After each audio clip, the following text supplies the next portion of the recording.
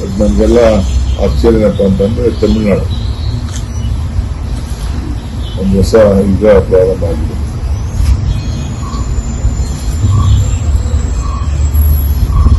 ನೀವು ಅನ್ಕೊಂಡಿದ್ದು ಡಿಎಂಕೆ ಬರುತ್ತೆ ಅಂತ ಹೆಚ್ಚು ಕಮ್ಮಿ, ಬಟ್ ಅಲ್ಲಿ ಬದಲಾಗಿದ್ದು ಮತ್ತೆ ಅಲ್ಲಿ ಜನರ ನಿರೀಕ್ಷೆನೇ ಬೇರೆ ಇತ್ತು. ನಾವು ರೀಡ್ ಮಾಡಕ್ ಆಗಲಿಲ್ಲ. ಕೆಲವು ನಮ್ಮ ಲೋಕಲ್ ಲೀಡರ್ಸ್ ಹೇಳಿದ್ರು, ಬಟ್ ಆದ್ರೆ ನಮ್ಮ 40 ವರ್ಷದ ಸಂಬಂಧ ನೆನಪಿಸ್ತಾನೆ ಬೇಕಾಗ್ತದೆ. ಒಟ್ಟಾಗಿ ರಾಹುಲ್ ಗಾಂಧಿ ಅವರು ಕಾಣಿಸ್ಕೊಳ್ಳಿಲ್ಲ ಅನ್ನುವಂಥದ್ದು ಕೂಡ ಕಾರಣ ಏನಾಗ್ತಾಯಿತ್ತು ಸರ್? ಸ್ಟಾಲಿನ್ ಅವ್ರ ಜೊತೆ ಒಟ್ಟಾಗಿ ಅಲ್ಲಿ ವೇದಿಕೆಗಳನ್ನ ಹಂಚ್ಕೊಳ್ಳಿಲ್ಲ ಅನ್ನುವಂಥದ್ದು ನಾನು ಮಾತಾಡಕ್ ಆಗಲ್ಲ.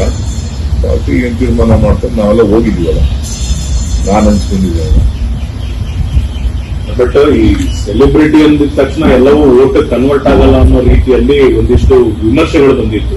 ಅವು ಒಂದು 30-40% ಓಟು ಮುಟ್ತದೆ ಅಂದ್ಕೊಂಡಿದ್ದೆ ನಾವು. ಬಟ್ ಇಷ್ಟು ಮೇಜರ್ ಶಿಫ್ಟ್ ಆಗ್ತದೆ ಅಂತ ನಾವು ಎಕ್ಸ್ಪೆಕ್ಟ್ ಮಾಡ್ತೀವಿ. Political reading was wrong. ನಾನು ಈ ನಮ್ಮ ವಾರ್ಡ್ಗಳೆಲ್ಲ ಹೋಗಿದ್ದಲ್ಲ, ಅಲ್ಲೆಲ್ಲ ಅದನ್ನೆಲ್ಲ ಗಮನಿಸಿದ್ದೆ. ಸರ್, ಎಲ್ಲಕ್ಕಿಂತ ಆಶ್ಚರ್ಯ ನೀವು ಅಸ್ಸಾಂಗೆ ಹೋಗಿದ್ದು, ಅಲ್ಲಿ ನಿಮ್ಗೆ ಕೈ ಹಿಡಿದಿಲ್ಲ ಅಂತ ಮತದಾರ. ನೀವು ಸರಿ ಉಸ್ತುವಾರಿದಲ್ಲಿ ಅಬ್ಸರ್ವ್ ಆಗಿದೆ. ಉಸ್ತುವಾರಿ ನೀವು ಅಲ್ಲೇ ಬೀಡು ಬಿಟ್ಟಿದ್ರಿ, ಹೋಗೋದು ಬರೋದು ಮಾಡ್ತಿದ್ರಿ. ನಮ್ಮ ಡ್ಯೂಟಿ ಪಾರ್ಟಿ ಏನ್ ಕೆಲಸ ಇರ್ತದೆ ಮಾಡ್ಬೇಕಲ್ಲ. ನಾವು ಇನ್ನ ಸ್ವಲ್ಪ ಜಾಸ್ತಿ ಸೀಟ್ ನಾವು ನಿರೀಕ್ಷೆ ಮಾಡಿದ್ದೆವು. ಒಂದು 50ವರೆಗೂ ನಾವು ಬರ್ತೀವಿ ಅಂತ ನಮಗೆ ನಿರೀಕ್ಷೆ ಇದೆ. ಲೋಕಲ್ ಅವರು 50 ಬಿಡ್ತೀವಿ ಅಂತ ಹೇಳಿದ್ರು.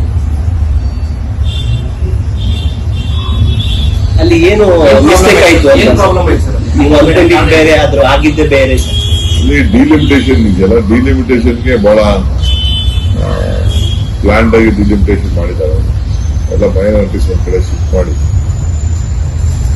ಮಾಡಿದ್ದಾರೆ. ವೆಸ್ಟ್ ಬೆಂಗಾಲ್ ಏನಾಯ್ತು ಸರ್? ಯಾಕೆ sir West Bengal West Bengal official mission ಇದೆ.